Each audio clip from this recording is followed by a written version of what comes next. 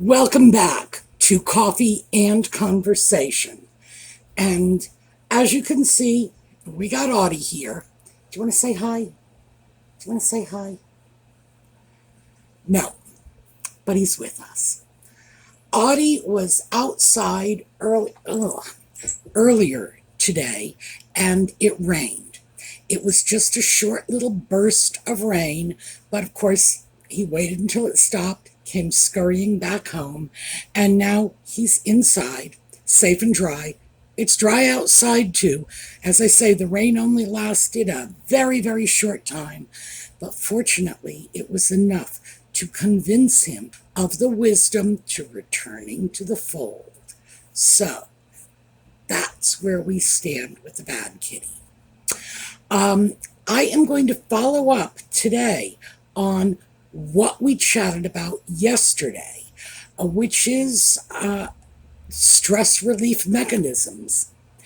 And I wanted to talk about one today that is widely considered to be very effective, very easy, free. It's the big point, free, and has a pronounced effect on other aspects of your health, as well as de-stressing. So, when we come back.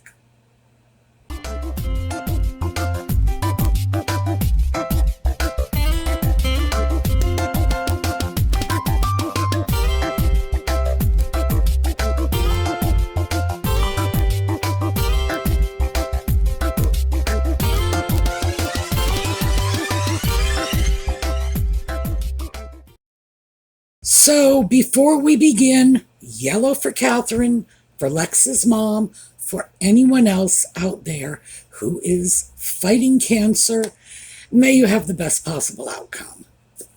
Now, let's talk about walking. I imagine some of you already figured out this was coming down the line when I spoke about all of the benefits, free, easy. But first, let me say, no one should begin any kind of exercise regimen without talking to their doctor first. And I would venture to guess that unless you have some serious health concerns, your doctor is going to say, yeah, go ahead. Why? Because walking is one of the most basic of human functions. It's what our bodies were designed to do. And in general, very, very few doctors would advise you against it, unless, as I say, there is a health condition that would make this difficult. So, I talk to people about this a lot because I walk. I like to walk. So I'm going to throw that right out. I am prejudiced in favor of walking, but it hasn't always been that way. This is not something that I've always been desperate to do. And I thought what we would do is discuss the stuff around walking and then get into how do you begin if it's not something you're accustomed to. So walking is considered to be one of the best mood elevation techniques you can use. And you'll find this all over the place. Doctors talk about it, psychologists talk about it, counselors, therapists, virtually everybody will say, yeah, walking will enhance your mood. And in addition to that, of course, it has so many other benefits in terms of your overall health and well-being. And in that, I include your sense of self, that idea you have in your head of who you are. Who am I? Well, if who you are is a couch potato, you're not going to feel very good about it. But if you can say, in a few weeks, a few months, a few weeks, a few months, if you can say, I am a person who walks a mile every day. Wow, big change. And That, I think, is one of the key benefits of walking, improving your self-image. Obviously, it can help in your overall health. Your cardiovascular system benefits. You will lose weight as a result of walking, especially if you haven't done it before. It can lower the impact of type 2 diabetes. Do enough walking and you can drop that blood sugar level right down into the normal category. So, I think even if you're not someone looking for ways to cope with depression, anxiety, stress, etc., it's something worth considering. Now, I'm sure many of you are already coming up with excuses, because when I was in your position, that's what I did. I don't have time. That was my big one. Well, eventually I hit a point where I said, if I could just find an extra hour a day, I could go up to 7 miles a day, because it's downright addictive. It's very easy to find 10 minutes in your day. We can all do that. At my normal walking pace, and remember, 70 years old and blind, my normal walking pace is about a mile in 20 minutes. So if I walk for 10 minutes, I'm walking half a mile. And frankly, if that's where you choose to start, so be it. And I'm sure some of you are saying, but I'm too old for this, which is another one that I'm going to blow right out of the water. Because a few years ago, now Jane, my neighbor across the street, and you've all seen her, she is in one of the video shows that I do with Audie at the end of these videos. She has actually guest starred on the videos from time to time. Jane is 85. So 5 years ago, she was 80. And she had been complaining about not getting enough activity. And I started taking her on walks with me. And yes, we did like a mile to begin with. That was it. Did a mile, turn back. Well, actually, we did half a mile and then turn back. And it took some time to get up to the 2-mile round trip that is my back road here. But we certainly got there. 80 years old when she began. So I don't want to hear I'm too old. She wasn't accustomed to walking to begin with. If she has a driver's license, she's sighted. They give licenses to sighted people all the time. I don't get one, but everybody else does. So she was accustomed to driving. She was not accustomed to walking. Now, Jane is in good physical health. I've always said she's going to outlive me by a mile. But it was something she wasn't used to doing. And it was difficult to find a good time in which she and I could do this together. Her husband was vehemently opposed to Jane going out and walking with me on my early walks in the morning, and I understand that. He was opposed to me doing it because he thought it was unsafe. So we would walk in the afternoon, and in the summer, that could be quite a hardship around here because the temperature routinely goes over 90 degrees, and of course the late afternoon is the hottest part of the day. We still managed to do it. And when there were obstacles, after we had been walking like this for about 6 months, we were both very highly motivated to overcome those obstacles because we enjoyed it. So I would also say if you can find a walking buddy, so much the better. If you can't, believe me, no one will walk with me at 5 in the morning. Well, my dog would. Other than four-legged creatures, no one will walk with me at 5 in the morning. But the upside to that is that gives me time for me. It gives me time to just think about things I want to think about. It gives me time to listen to audiobooks, to do things that I just really can't seem to find the time for in my day. So the response to I don't have the time is make the time. Grab 10 minutes. We've all got 10 minutes, and go out and walk. And if you're not comfortable with the first 10-minute block you've chosen, I find I cannot walk in the evenings. I don't know why. It's just something that I do not do here, even though when I first started walking, it was evening walks, just not around here. I think maybe this may not be a conducive nighttime walking experience in this neighborhood. When I was walking in the evenings, it was in Washington, D.C., and I lived right downtown, a block from the Capitol Mall, and I would just go down, walk through the Smithsonian Gardens, walk the length of the Capitol Mall.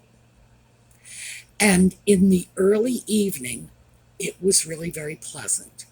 I don't know if I would do it at 2 a.m. And I don't know if I would have made the same walk at 5 a.m. either, because, it's a city and you don't really want to be out in the city by yourself when no one else is, well, it's okay if no one else is out there, but when the wrong kind of people might be out there, and cities are known for their dangers, yeah, maybe that's not such a good idea.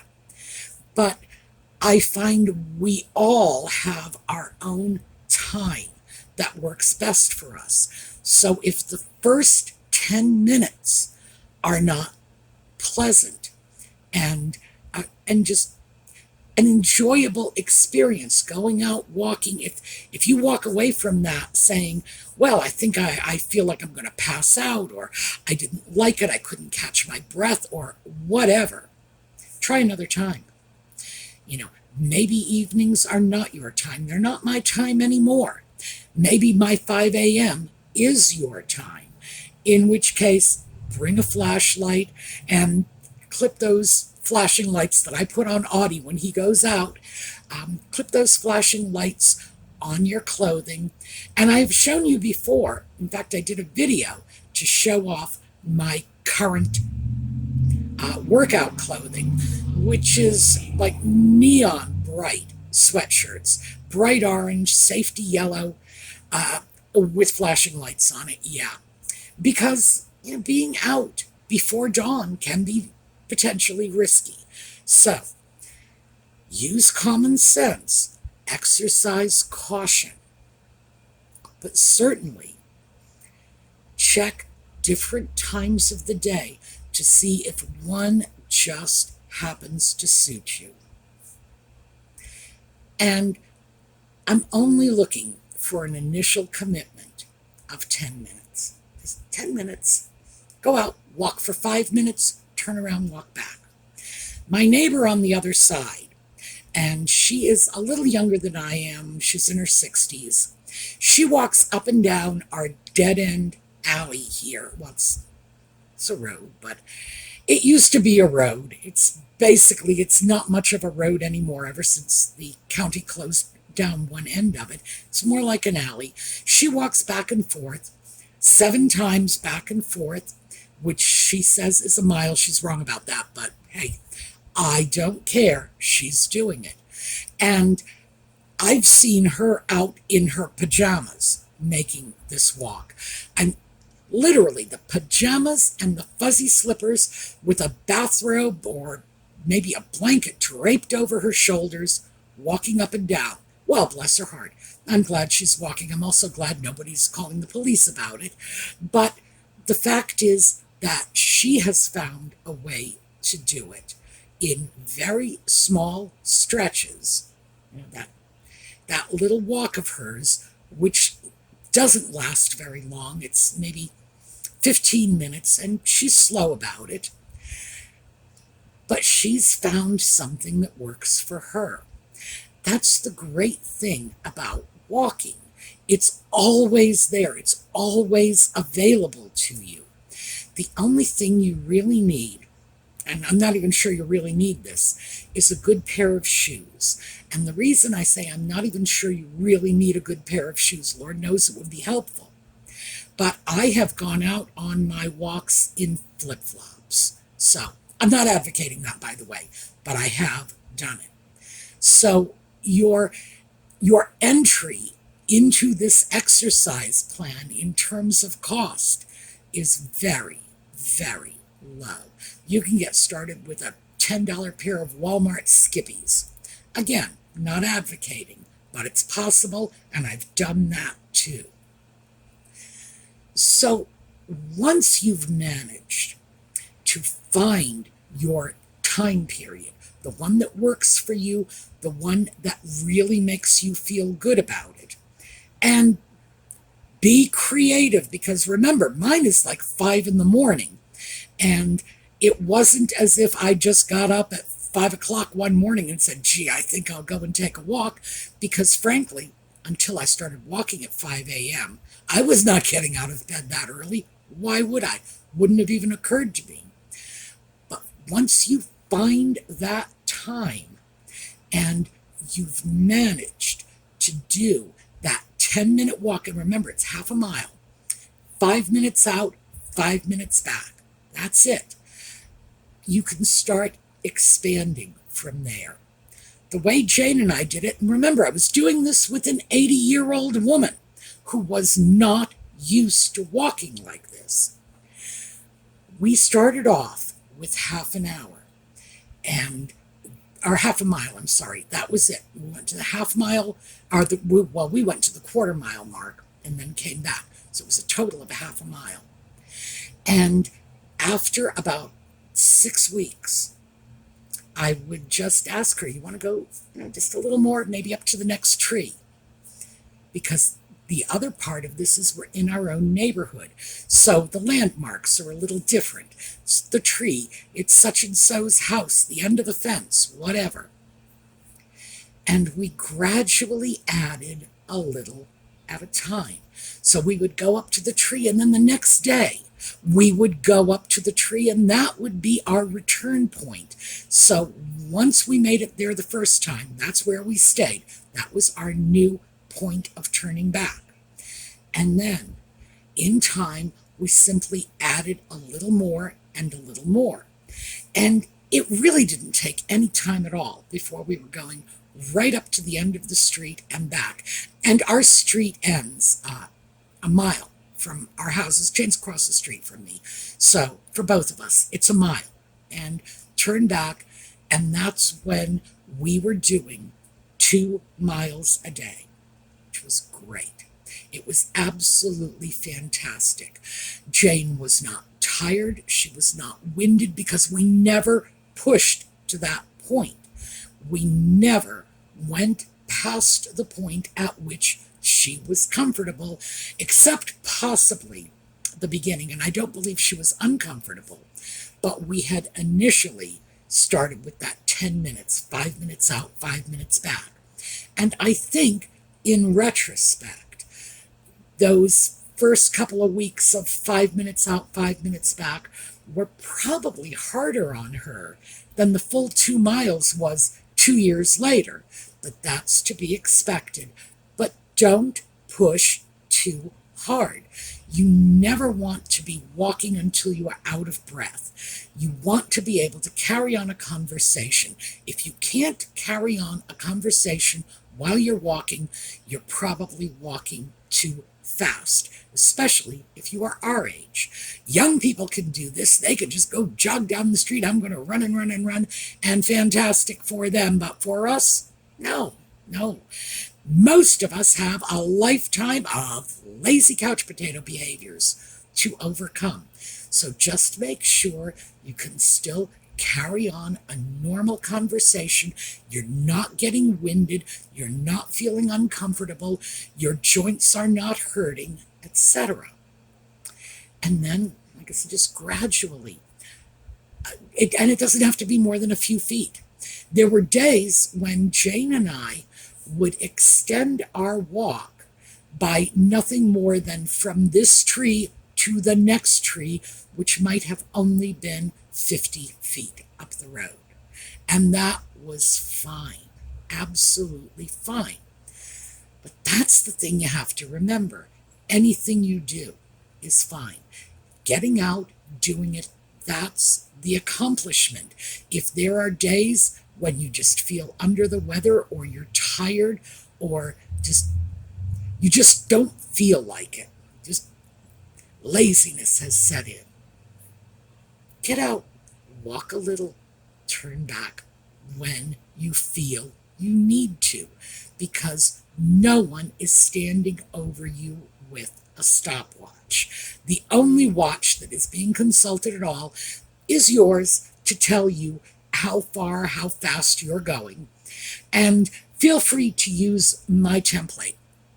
I can do 1 mile in 20 minutes, blind, elderly.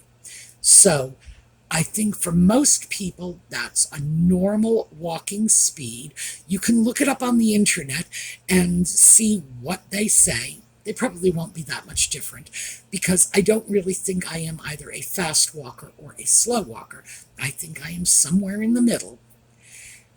So the way to do it is just pull out your cell phone, look at the clock, and 5 minutes out, 5 minutes back.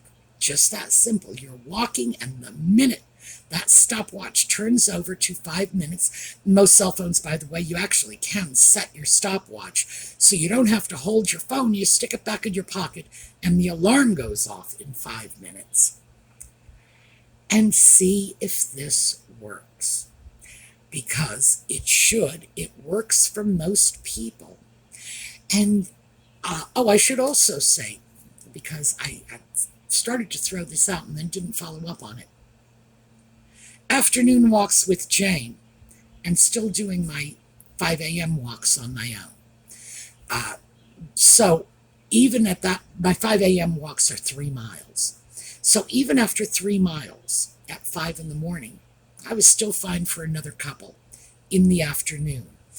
I have never been a jock.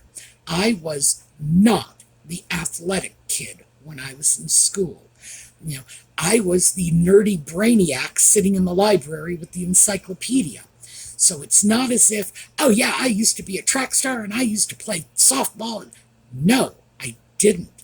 People would say, will you play softball? And I would be like, get thee behind me, Satan. No, never been an athlete. So how does this happen? How do I go from being a couch potato to walking 5 miles a day and trying to figure out how to do 7? Just putting one foot in front of the other. That's all. And when I go out walking, I walk year-round, because it's 5 in the morning in the winter and 5 in the morning in the summer. It's all equally dark, and it's cooler in the summer. And it may be colder in the winter, but it's not that much colder than it is at 3 in the afternoon. And the only times I don't do it is in the rain, and I think that one's kind of obvious, and if the roads are too heavily encrusted with snow or ice to be safe. Other than that, yeah, I'm out there. I am out there in January. I am out there in July.